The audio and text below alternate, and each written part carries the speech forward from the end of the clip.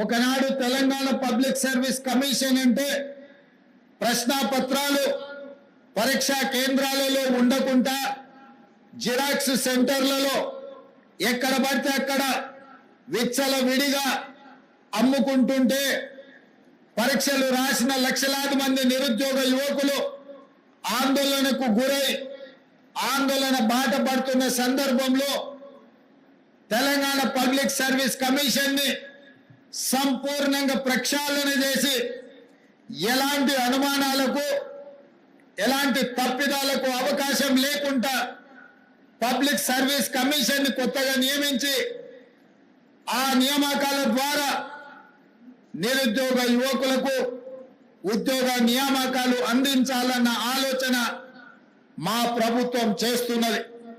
అందుకే ఈరోజు public service commission నిర్వహిస్తున్న ఏ పరీక్షల మీద లక్షలాది మంది నిరుద్యోగ యువకులకు ఎలాంటి అనుమానాలు లేవు.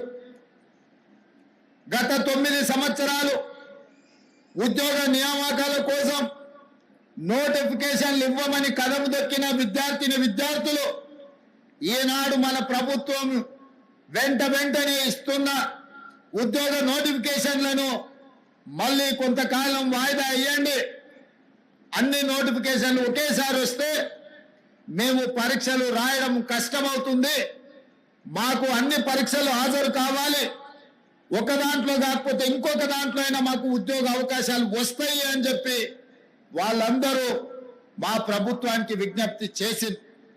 అందుకే గ్రూప్ 2 పరీక్షల్ని వాయిదా వేసి మీకు అనుకూలమైన నిర్ణయం తీసుకోవడం జరిగింది. ఆనాడు ఉద్యోగ అవకాశాల కోసం కదం దొక్కిన మీరు ఈనాడు నోటిఫికేషన్లు ఇవ్వడంతో శిక్షణ తరగతులలో మీరు నిమగ్నమై చదువుకుంటున్నారు. అందుకే ఈరోజు తెలంగాణలో నిరుద్యోగ యువకులు ఉత్సాహంతో ఈ ప్రభుత్వం మాకు ఉద్యోగాలు ఇస్తుందన్న ఆలోచనతోని పరీక్షలకు తయారవుతున్నారు.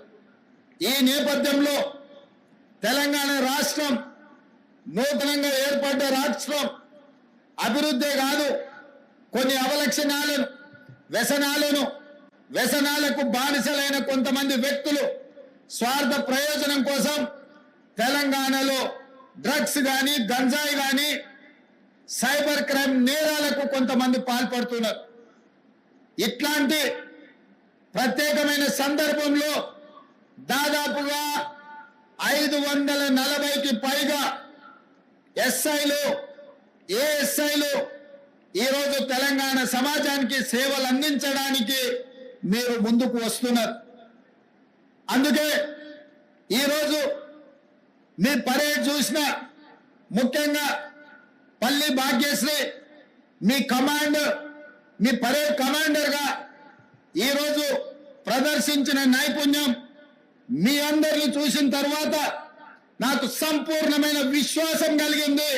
రేపటి నుండి మీరు తెలంగాణ రాష్ట్రంలో డ్రగ్స్ మీద గంజాయి మీద సైబర్ నేరాల మీద ఉక్కు పాదం మోపి తెలంగాణ రాష్ట్రంలో గంజాయికి డ్రగ్స్ కు స్థానం లేదు, అట్లాంటి కార్యక్రమాలకు ఎవరైనా పాల్పడితే వాళ్ళని ఎవరిని క్షమించము అనే విధంగా మీరు ముందుకు నడుస్తారని మాకు సంపూర్ణమైన విశ్వాసం కలిగింది. మిత్రులారా, ఇది ఉద్యోగం కాదు, ఇది ఉద్యోగ భద్రత కాదు మీకున్నది. తెలంగాణ రాష్ట్రంలో ముఖ్యంగా పోలీసు విభాగంలో చేరే ప్రతి యువకుడికి ఇది ఒక భావోద్వేగం. ఇది ఉద్యోగ బాధ్యత కాదు, ఇది ఒక భావోద్వేగం. ఈ రాష్ట్రాన్ని మనం వందలాది మంది మీలాంటి నిరుద్యోగ యువకులు ఉద్యమకారులు ప్రాణ త్యాగాలు చేసి తెలంగాణ రాష్ట్రాన్ని సాధించుకున్నాం. ఈ సాధించుకున్న రాష్ట్రంలో వ్యసనాలకు తావు ఉండకూడదు, గంజాయి డ్రగ్స్ సైబర్ నేరాలకు ఎక్కడ కూడా అవకాశం ఉండకూడదు. ఈ తెలంగాణ రాష్ట్రం మనది, 4 కోట్ల తెలంగాణ ప్రజలు మన కుటుంబ సభ్యులు. వాళ్ళు ఎలాంటి సమస్యలు ఎదుర్కొన్నా అది మన వైఫల్యమే అవుతుంది. మన మీద సంపూర్ణమైన విశ్వాసం పెట్టుకొని ప్రజాప్రతినిధులతో పాటు 24 గంటలు ప్రజలకు అందుబాటులో ఉండి ప్రజలకు అవసరమైన అందించే సేవలు పోలీసులే, పోలీసులకు సమయం లేదు, సందర్భం లేదు.